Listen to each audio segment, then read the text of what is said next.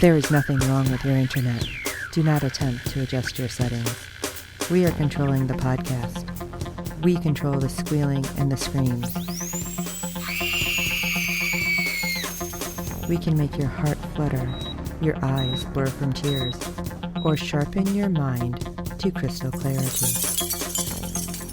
For the next hour, sit back. We are in control of what you hear.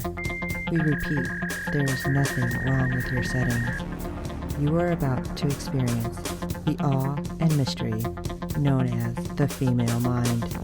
You are now entering the Fangirl Zone. Welcome to Sci-Fi Talk on the Fangirl Zone, a podcast where we discuss shows on the Sci-Fi Channel. I'm Steve. And I'm Sean Fangirl S, and tonight we'll be discussing episode 4 of season 4 of Wynonna Earp. Well, I'm just going to say this. It looks like Wynonna is starting to be replaced, and even Tim Rosen has given a certain character a new name because of what keeps happening. But we'll get into that. But before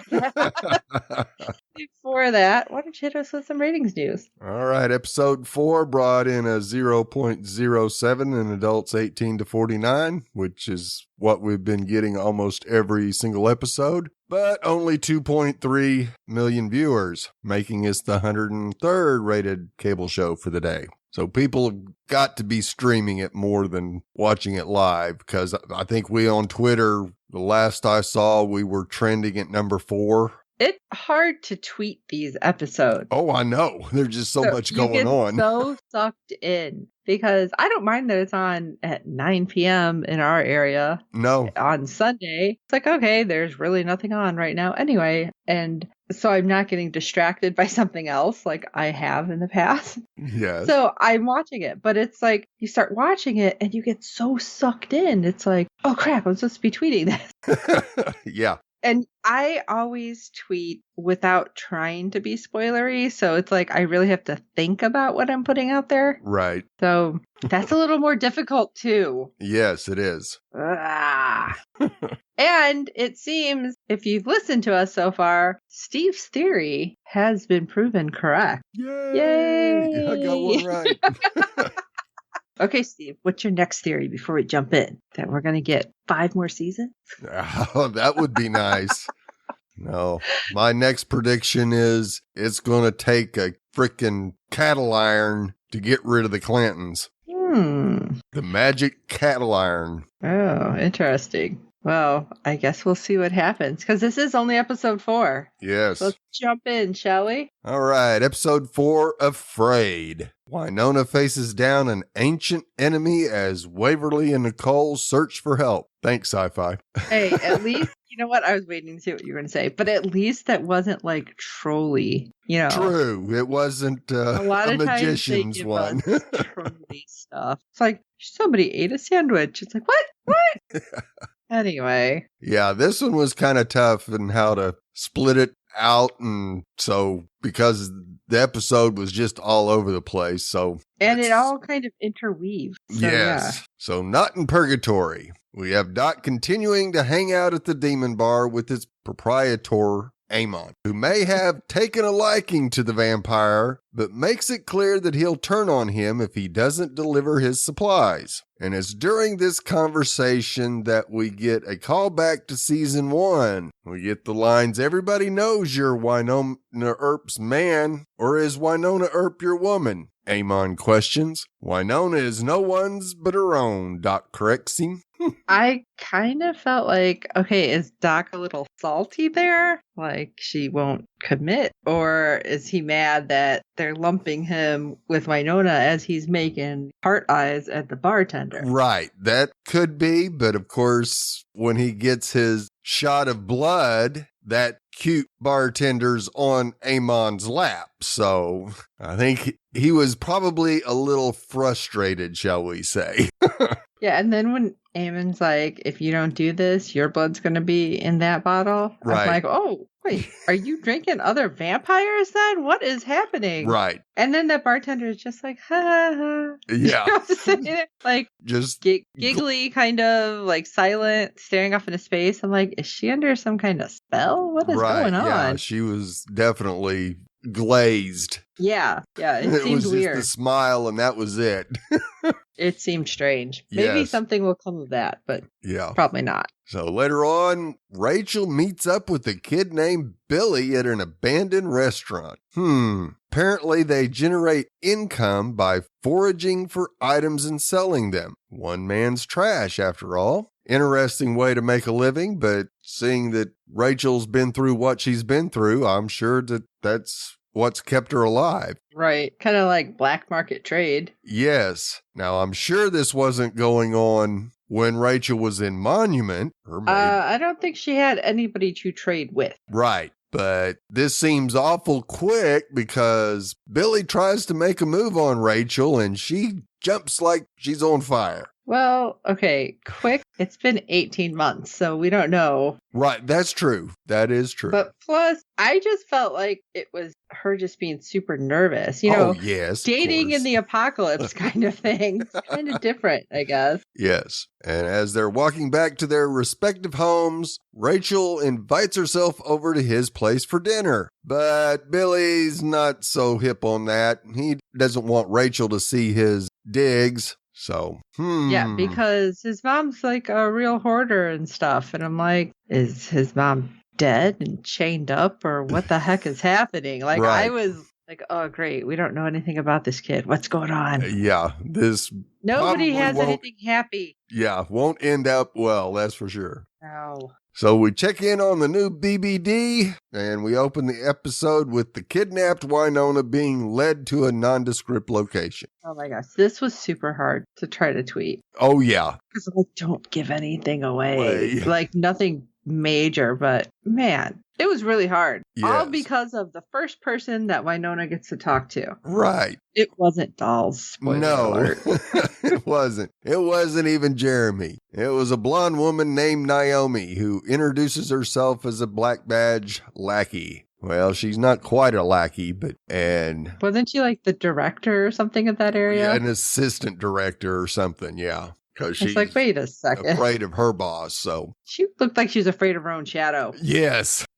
Well, she had been pulled in from the Department of Fisheries. Which that was funny. Yeah, they were looking for help, and I thought, okay, and now I'm regretting it. Right. So, yeah, the new black badge is really there to keep the monsters in the Ghost River Triangle and observe how they interact with the humans. Yeah, like it's some sort of, like, I don't even know what those things were called that you made in school when you put like the dirt and like moss and stuff in it. I can't remember. Right. But like an ant farm kind of thing. Yeah, you're going to see, we'll see what they do. And if they kill everybody inside, I mean, what? It's, no biggie. Is that they aren't going to go in to rescue anybody, apparently. And why does she keep saying her name weird? Yeah. Earp. It's like, did Jeremy change it in her file so that they didn't know who she actually was? That's very possible, because when Jeremy does show up, he informs Naomi that Wynonna's never killed a demon. Right, which it's like, what? Yeah, he's apparently withheld the truth from BBD to protect Wynonna. Now, of course, Naomi tries to persuade Wynonna to join Black Badge again, telling her that they're not that evil, only a little on Friday nights. I was like, what? What? No killing allowed. Okay. It's like, this is getting really weird, right? Yes, it's really, really weird. So, of course, Jeremy wants to give Wynonna a tour just so he can get her out of the room and into a corner where the cameras can't see him so he can talk to her. Yeah, that was funny when they do start walking, and it's like, this is my favorite, like, little nook here. Yeah. It's like, yeah, and Wynonna's looking at him like, what the hell are you doing? Right. And then, okay, sorry, Wynonna, but that was hilarious. You're just gonna like, oh, what happened to your little skinny arms? Yeah, I don't know what's going on arms. right now, but I'm kind of into it. It's like, oh my God, Wynonna. Stop. Yeah. And Wynonna finds a rock in her pocket with a C etched into it. Of course, she assumes it's some sort of black badge tracking device and passes it off to a guard. I thought it was too. Yep. I'm like, oh, they're going like a little weirder. But I'm thinking, how did that get in there? Who would have a little sleight of hand going? Right. Now, of course, Jeremy wants Wynonna to join the group and really help them out by riding shotgun on the deliveries, because every time they send a truck in, the supplies never make it to the humans. And That's Wynonna's not real happy about it. He goes, I'm a demon hunter. I'm not a guard protector. But she did at least get a pretty awesome looking weapon. Oh, yeah. And it seemed like something out of Men in Black. Yes, it did. Like when he pulled it out, I just hear the song in my head, all of a sudden. Yes. Yep. And it was great. Jeremy named it Anthony. Yeah, I had no idea why. I'm like, no. It must have been his first love or something. Maybe. Yeah. So she's supposed to find out who's stealing the supplies. Well, of course, Jeremy tells her not to kill anything or anyone. You're only observing. Yeah, okay. You're right. I don't believe that for a second. No. And of course, Wynonna calls Waves after she finds yet another rock in her pocket marked with the same letter. Have Waves figure out what the hell that means. Jeremy tells her it's not BBD tech, so okay, but they just keep showing up. Exactly. I mean, you're going to feel that because it wasn't a really teeny, pebble. No. It was like a substantial sized Piece of rock. And yeah. I'm thinking you're going to notice, if your keys are too big, like your key ring, you're going to notice that in your pocket. Right. So how many of these does she have? And seriously, where do they keep coming from? Right. Like, even at the end of this, I couldn't figure out how they kept ending up on her person. Right. And I think I probably have an answer for that, too. Ooh. Okay. So, of course, Wynonna's partner is a truck driver, and he despises purgatory. Well, where the heck did you come from then, jackass? Yeah. And, of course, she tells him that only purgatorians are allowed to defecate all over purgatory. It may be a shithole, but it's our shithole. Yes, because she's a purgatorian. Yes. I'm like, is that a word? Yeah. It is now. And of course, as they are driving through the snow-riddled countryside, they run over something that causes the tire to go out. And we hear some rustling in the back of the truck. So, of course, the driver says, I'm out of here, and makes a run for it. And Wynonna grabs Anthony and heads to the back, only to find the arm sticking out of one Doc Holliday. I was like, oh my gosh, is it? Well, okay. I was thinking it was going to be some weird, creepy thing, but then Right. I was like, no, wait, that was a really bad, I don't know what they're called, nail strip or whatever. Right. That was put out to take the truck out. So I'm like, no, it's got to be a person or a demon with no powers. Right. But yeah, when it's Doc, it's like, oh man, because both of them, Doc, Wynonna? It's like, the second they see each other, it's like, well, this was stupid. Yeah, they both kind of seemed like they were a little bit embarrassed by being caught by the other one. And of course, they have to discuss that. Doc's upset that Wynonna's working for the man, and Wynonna's irritated that Doc's working for a demon. Right. It's just like, we just can't get these two on the same page to save our soul. It sure felt like they were about to get on the same page. Oh, yeah, because, of course, Wynonna handcuffs herself to the very crate Doc is attempting to steal. And, yeah, the key happens to be probably in the driver's pocket. So, yeah, there was a mention of some hanky-panky about to go on. So Doc decides to leave and get some tools from his car. I'm going to tell you that that was the one thing on Twitter that really took off. I couldn't even keep up looking at any of the comments because all of a sudden when those two got flirty, everyone's like, oh my gosh, why Doc? It was so funny. Yeah. Just checking out what everybody was saying. And I'm like, uh-oh, what are they? Yeah.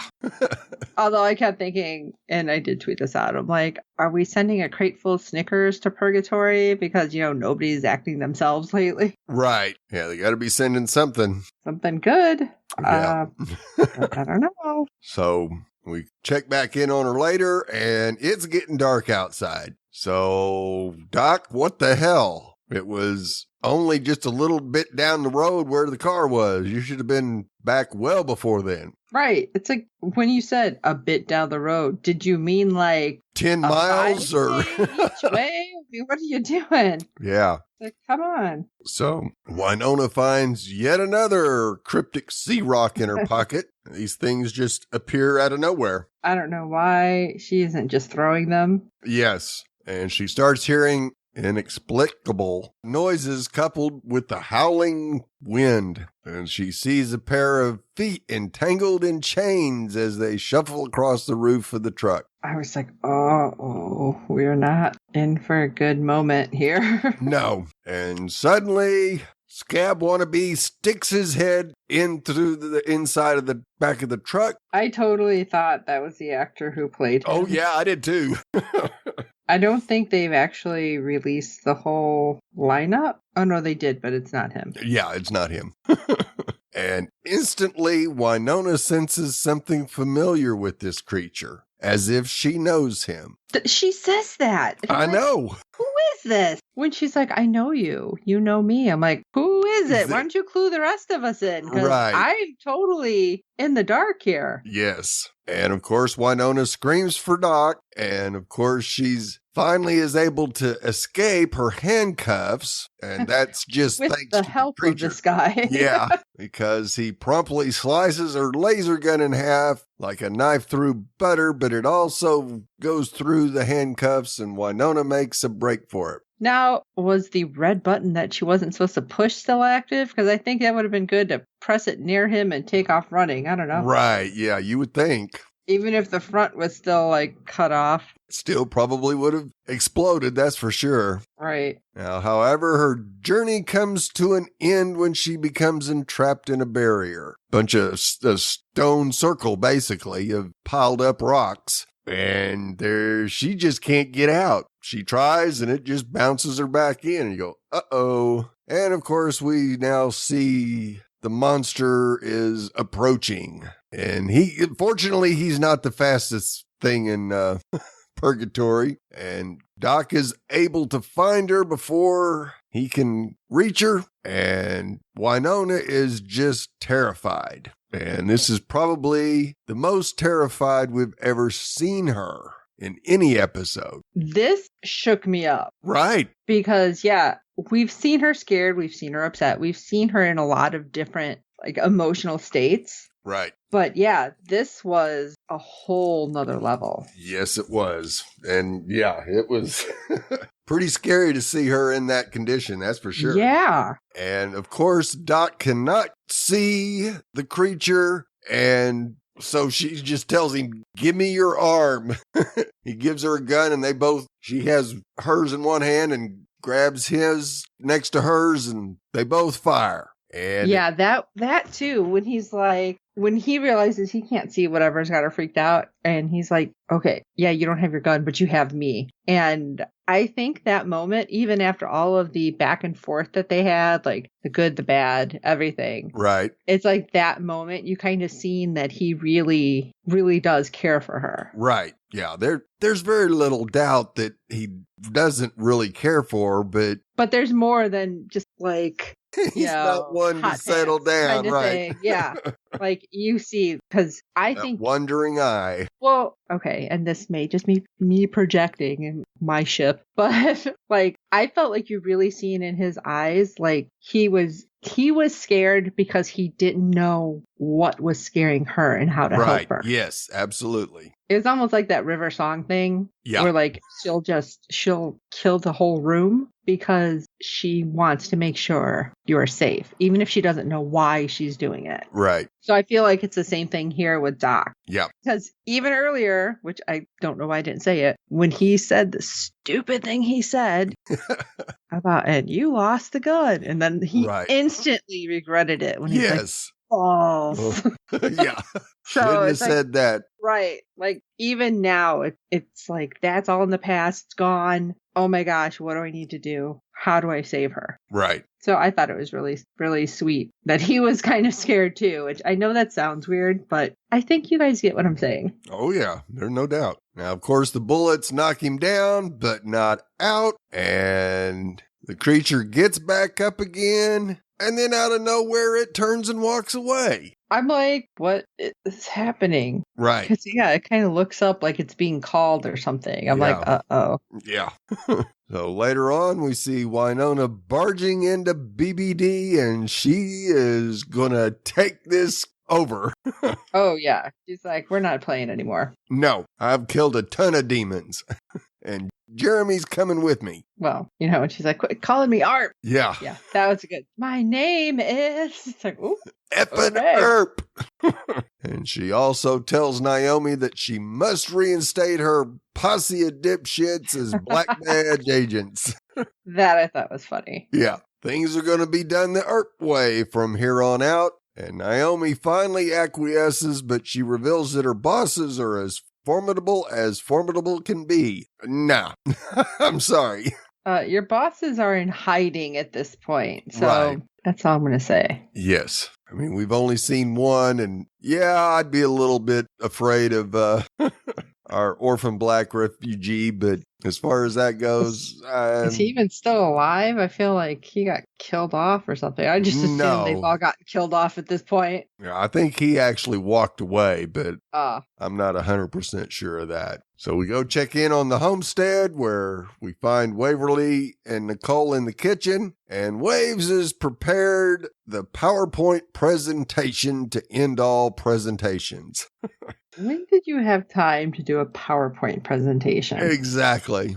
And she had notebooks for everybody and pens. I thought it was kind of funny. Yes. It's Waverly doing Waverly things. So prep. Yes. Summation of everything they currently know and the questions hanging in the air. Well, by this time, you would have to redo it because we have a whole lot more questions. Right? Keeps going. Yeah. Because both Wynonna and Doc are AWOL. And Rachel barges into the kitchen wearing Wynonna's leather jacket, saying that it fits her better. You better not let Wynonna hear you say that.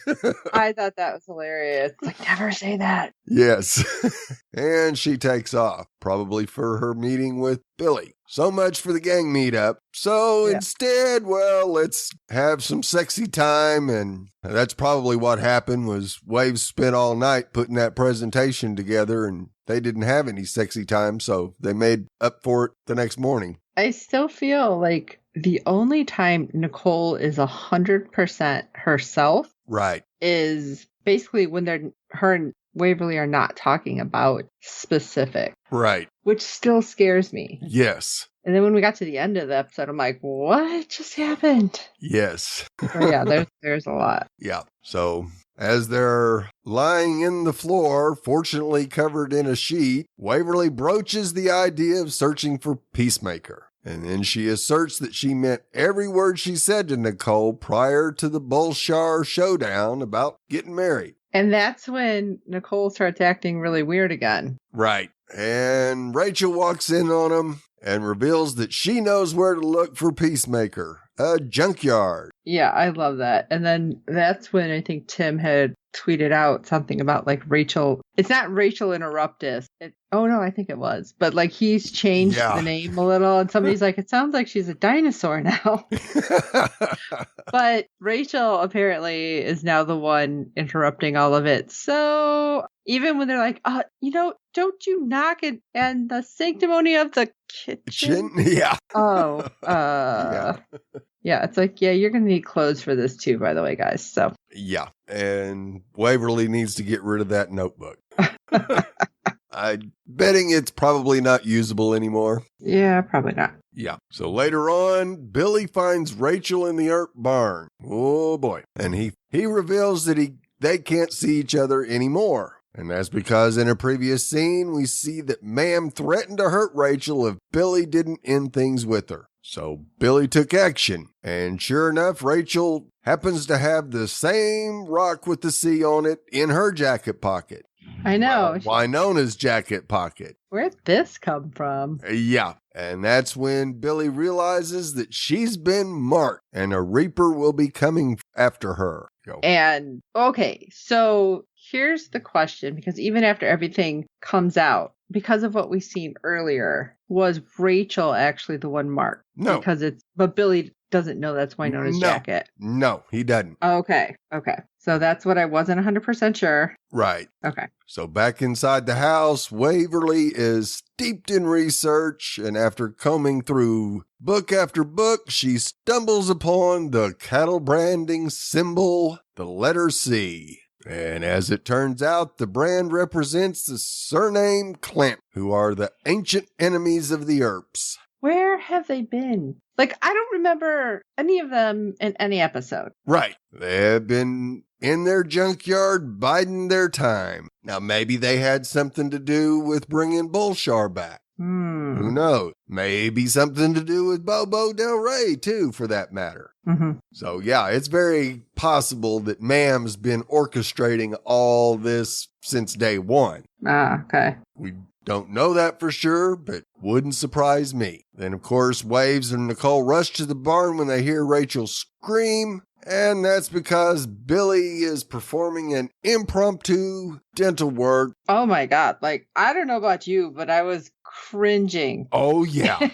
and Jason, the pod husband. Yes. Who doesn't normally watch a show. He was getting ready for work, and he comes out and he sees it, and he had just been to the dentist last week. He's like, why does it keep going? It was great. I loved it. I'm a horrible person. But I'm like, Jesus, was that in his eyeball? I mean, it just kept going. Yes. And he performs some sort of sacrificial ritual to divert the Reaper from Rachel, which actually diverted it from Wynonna. And that's why Monster Boy turned and left Wynonna alone. So later on, the gang regroups at the homestead, and Waverly reveals that the Clantons are behind all this. And oh, by the way, Claiborne and Cleo are Billy's siblings. They're all family. You were totally right. But again, I'm like, where have these people been hiding that nobody knew who they were? Who they were, and yeah, that. Well, of course, if you got rid of all the people in purgatory before Bulshar's party, and the only ones that come back are ones that don't know any better, then they wouldn't know who the Clantons were. Oh, okay. So, of course, Rachel wants blood, so she storms off to save Billy, and Wynonna urges the team to bring Jeremy back into the fold. We definitely are going to need our nerd back. Oh, yeah, we do. Yeah. So we go over to Magpie's junkyard or the Clanton place. I mean, that place looked big enough. Do you think it just popped up in 18 months? Or like they just never really needed anything, so they never thought about it? Right. I just think that there wasn't anything that stood out. It says Magpie's junkyard. It doesn't say the Clantons. So yeah, because Wynonna had been gone for so long, she probably didn't know that. And so did Waverly, because she had been there her whole life. She didn't realize that Magpie's was the Clantons. Interesting. And yeah, she was the one who had like done all this research on her family. Right. So I'm kind of shocked that the whole C thing didn't like jog her memory way earlier. Right. And the first scene we see is someone spilling blood on a photo of Wynonna atop a tower of stones.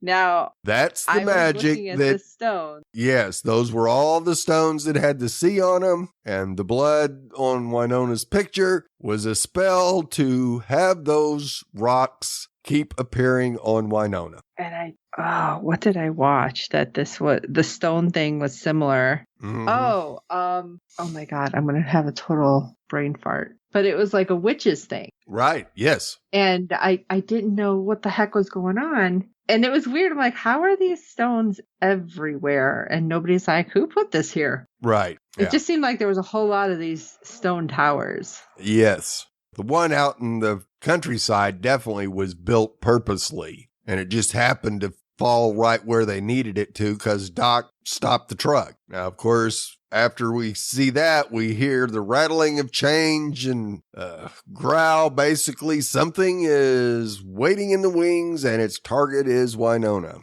And because Rachel thinks Peacemaker might be in a junkyard, Waves, Nicole, and Rachel drive to the junkyard, and we happen to find out that Billy lives there. No wonder he didn't want Rachel there. Yeah, and probably not to learn the secret. Yeah. But this part was really interesting because I did not catch it until I thought about it after, like, what we see with Wynonna. Right, because Waverly hears something in the barn and starts walking over there and comes face to face with this Reaper, but doesn't react. Yeah, I'm just thinking, well, she's used to this shit by now. Yeah, no, she didn't see it, just like Doc didn't see it. You don't see the chain either. I mean, I guess it's all like mystified, but did not even catch that when it first happened, though. Right, and even Nicole didn't see it. Did you catch it the first time? Oh, yeah. Like, instantly you knew, well, that's weird. Yeah. Because I didn't. I'm just like, oh, she's just used to this now. No. That's seriously the only thing that was in my head. Right. Yeah. The only thing I thought of was she can't see it. That's not good. Oh, crap. So a woman named Ma'am assertively orders the pair not to touch anything. And that's when they ask her if she has a sword in her possession. Well, knife, sword, and Ma'am asks, what's it for? Nicole says, Halloween costume. I'm going to be She-Ra. That was funny. I love Waverly. Really? Yeah, really? Oh, okay. Yeah, I can see them doing some amazing naughty cosplay. Now, of course, Rachel meanders off to find Billy and finally finds him, and he basically tells her to make like a tree and leaf. And why? Well, his mom. She's not going to be too fond of his relationship with Rachel, so Rachel storms off believing that Billy doesn't reciprocate her feelings. Yeah, and then when he's all like, I didn't say that, I'm like, oh. Yeah. So, of course, she stomps in and tells Nicole and Waves to take her home, so they do. Ma'am lets them know that she'll keep an eye out for a sword, and she seems to know Nicole. That's not good. No, especially like, hey, Nicole. Yeah. Like the way she's saying it, I'm like, we're in trouble. Yeah, we're in big trouble. Now, later on, we see that Ma'am has got Billy chained up, and she's disappointed in him for inadvertently saving Wynonna from the Reaper. Of course, he urges her to leave Rachel alone, and that's when she tells him she won't harm a hair on Rachel's head, but you will. I was cringing. Yeah, because then the Reaper comes up and creates a new Reaper, shall we say. Yeah, all you hear is like Billy screaming. And I did tweet, I guess it was a little spoilery. I'm like, you cold-hearted. I left out some words. Yes. I'm like, you cold-hearted woman. You should at least sit there and watch what you're doing to your kid. Right. But no. No. And we find out nothing like that is coming from this lady. Because inside we see both Claiborne and Cleo listening to Billy scream from outside. And you can definitely tell that Ma'am is the controlling one in this family. Yep. Cleo attempts to undermine her authority, which Ma'am responds with a quick and painful reprimand. Oh, I know. I was like, Yeah. And see, again, something we've learned. This is why you do not cut your hand. Right. Every show, they're always like, let me just slice my hand because obviously I won't need anything. No. And like cut up on your arm more. You'll still get blood, but you can also cover it. Nobody's going to see that. Right. You can wear long sleeves. And then maybe her mom would not know what she did. Right. And went digging her finger into it. Because, yeah. I don't know if I'd have been able to get back up off the floor. No, Of course, that means Ma'am's the Clanton heir. And even Clayton was like looking at her kind of side-eyed, like, what is wrong with you? Yes. You crazy woman. Yeah. She has an intricate plan in motion to make the Earps pay and then some. Again, this is some crap that happened so long ago. Yeah. A couple of hundred You years guys ago. were not affected in any way. No. I mean, they had a curse put on him. I guess you had the curse put on you too because you stood against them at the time, but it wasn't you. Right. And if they broke the curse, it should have broken your curse, right? I mean, that's not necessarily. Maybe Billy could have broken the curse. Right. Yes. Because he did say something about black sheep and Right. Oh no. Now And then wait, we find out even weirder. Those Reapers Yes. are Clanton ancestors. It's like, Right. what? So they're like the Revenants, kind of, but for the Clanton family? Right. Yes. That's so messed up. Yeah. Very much so. Yeah. When the first one was the uncle. Yeah. So messed up. Yeah. And then it gets worse as they say a weirdly demonic prayer prior to eating dinner. And you go, this can't be good. No. And then we get what put us all on the floor with our mouths hanging open, as later on, Nicole pays Ma'am a visit. Apparently, she utilized Ma'am's services to save Waverly and Doc from the garden. Let's make a deal. However, the pair ended up getting themselves out of that twisted paradise. Or did they?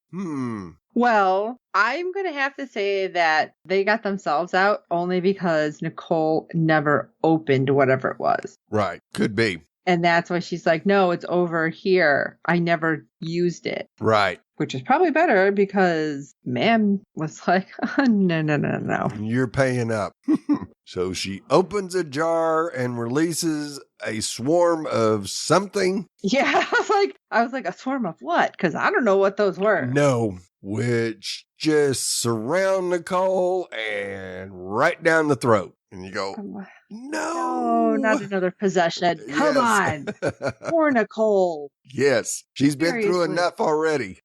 Yeah, Nicole has been possessed too many dang times. Yeah. This is not going good. Oh my gosh. So we want to know what you thought of this because you know how we thought. Shoot us your questions and comments and overall reviews and feedback to sci-fi talk@fangirlzone.com. While you're at it, if you can rate and review us on iTunes and every other platform you find us on, because good ratings and reviews help other fans of the show find us. Tell your friends. We, of course, hope you're enjoying the show and the podcast. We want you to have your friends watch all 3 seasons and then catch up with the 4th season so you can talk about it and talk about the craziness. And it's like, oh my gosh, what's going on? Because that's how I feel. Like at the end of it. It's like, now what? Yeah. Oh, it stresses me out sometimes, but I love it. Yes. And while you're surfing the interwebs, if you want, you can check out our website, www.fangirlzone.com, and see all the various stuff that we have up over there, too. And, of course, our contacts page, which does make it a little easier to find us sometimes because I cannot remember everything. Yes. You can shoot emails to us specifically or to the show. We love reading them all on air. So for this crazy episode of Sci-Fi Talk and Wynonna Earp, I am Sean Fangirl S. And I'm Steve. I always knew they were a plague for which there is no cure. And until next time.